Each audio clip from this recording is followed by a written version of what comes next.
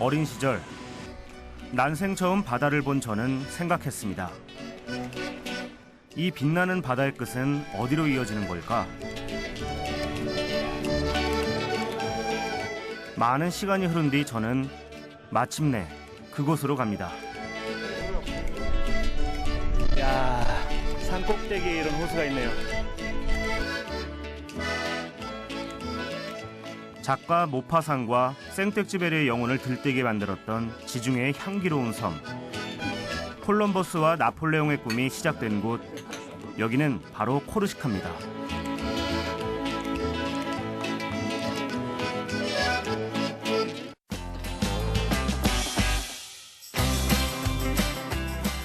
뜨거운 역사의 현장을 발로 찾아 나서는 저는 과거의 유럽이 아닌 오늘을 살아가는 유럽의 현재를 보고 싶었습니다.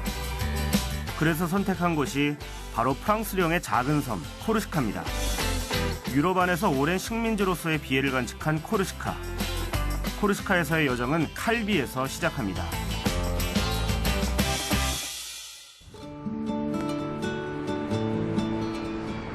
코르시카로 가는 방법에는 여러 가지가 있는데 저는 섬 특유의 감수성을 느끼고 싶어 니스에서 배를 타기로 했습니다. 지중해변의 휴양도시 가운데 우리에게 가장 잘 알려진 니스는 그 수려한 풍광 때문에 지중해의 꽃이라고 불리는 곳입니다.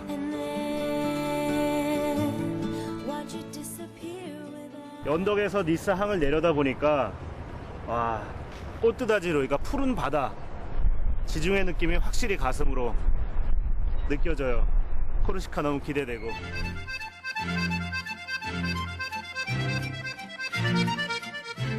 지난 1830년대부터 휴양도시로 개발된 니스는 사실 프랑스보다는 이탈리아 분위기가 더 나는 곳입니다. 날씨가 더워지는 6월에서 9월 사이 코르시카로 가는 배는 하루 3번씩 운행되는데요. 해마다 이때가 되면 코르시카는 프랑스 본토보다 외국에서 찾아오는 휴양객들로 분주해지기 시작합니다.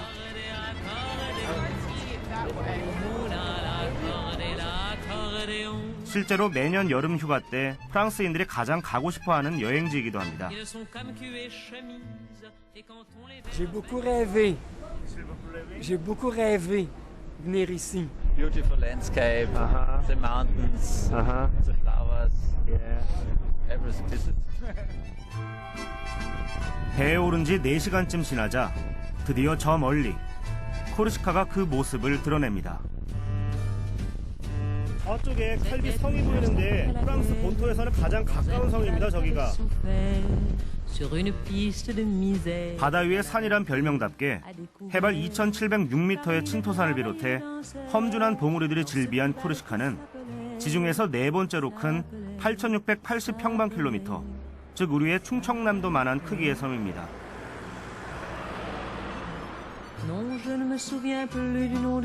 특히 인구 5,400여 명의 항구 도시인 칼비는 코르시카 역사에서 가장 늦게까지 이탈리아의 제노바에 속해 있던 요새 도시입니다.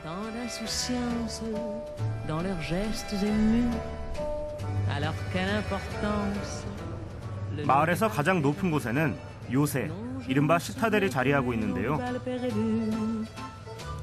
이 성벽들은 1279년부터 약 500년 동안 칼비를 지배했던 제노바인들이 17세기에 세운 것이라고 합니다.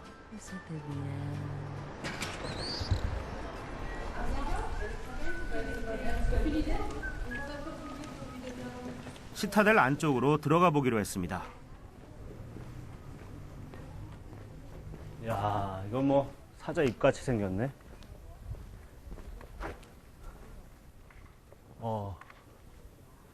그냥 안반 위에다가 이렇게 집들을 지었구나.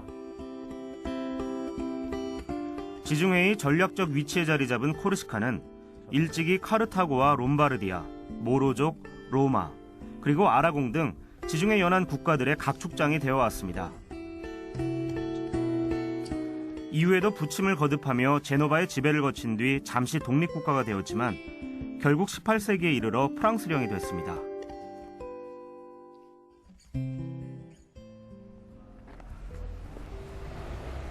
그때까지 이곳 칼비는 제노바의 교역 중심지였는데요. 이곳 사람들은 탐험가 콜럼버스가 바로 이곳 칼비에서 태어났다고 믿습니다. 콜럼버스가 이곳 깨알비 사람이라고 하는데 그래서 그런지 이렇게 자부심이 대단한가 봐요. 동상도 바로 세워놓고.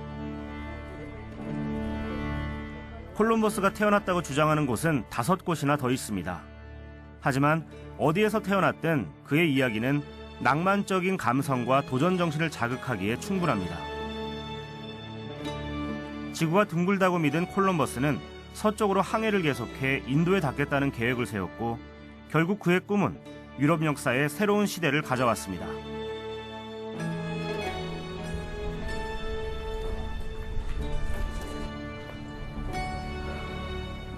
와, 미로 같은 골목이 있구나.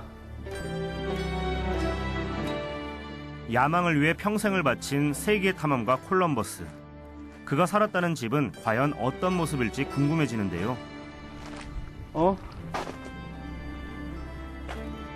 기대가 실망으로 바뀌고 맙니다.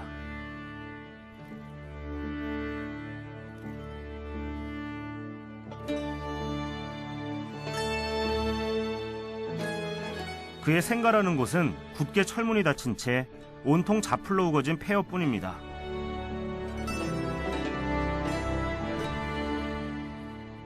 한때는 스페인의 제독이자 식민지의 총독이었지만 쓸쓸한 말년을 보냈던 그의 삶을 보는 듯했습니다. 제가 그런 걸 느낄 필요는 없겠지만 허망하기도 하면서 어떤 무상함도 동시에 느껴지고 그렇습니다. 전 이렇게 풀밭으로 변해 있을 줄은 몰랐어요. 생애 마지막 3년 동안 콜럼버스는 1차 항해로 얻은 지위와 권력을 확고히 하기 위해 노력했다고 합니다. 하지만 그의 시대는 이미 끝이 났습니다.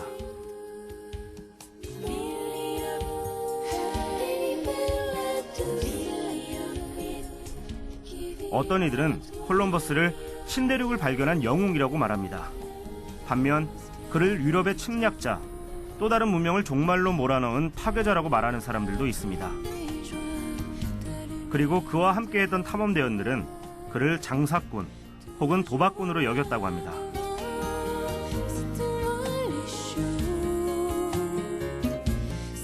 콜럼버스도 바라보았을 칼비의 바다에 서서 역사의 이면을 생각해 봅니다.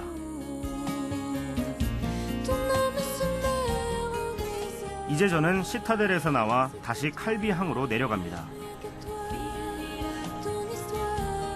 큰 항구를 끼고 있는 칼비의 해변에는 고기를 잡는 어선보다는 요트들이 훨씬 많이 눈에 띄는데요. 요트들은 대개 여행객들의 것이라고 합니다.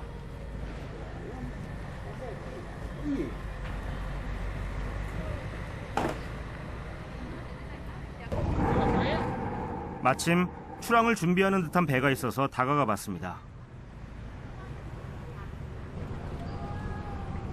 Bonjour. Yeah. Hello. What are you doing here? Fishing. Fishing. Yes. What kind of fish do you get? Dentille, sard, Uh-huh. dorade, thon. Don't. But I think there are a few boats in this big city, so why? This city function just the summer because the people here of the summer. 프랑스의 근해 어업은 그 영세성 때문에 점점 더 쇠락하고 있는데요.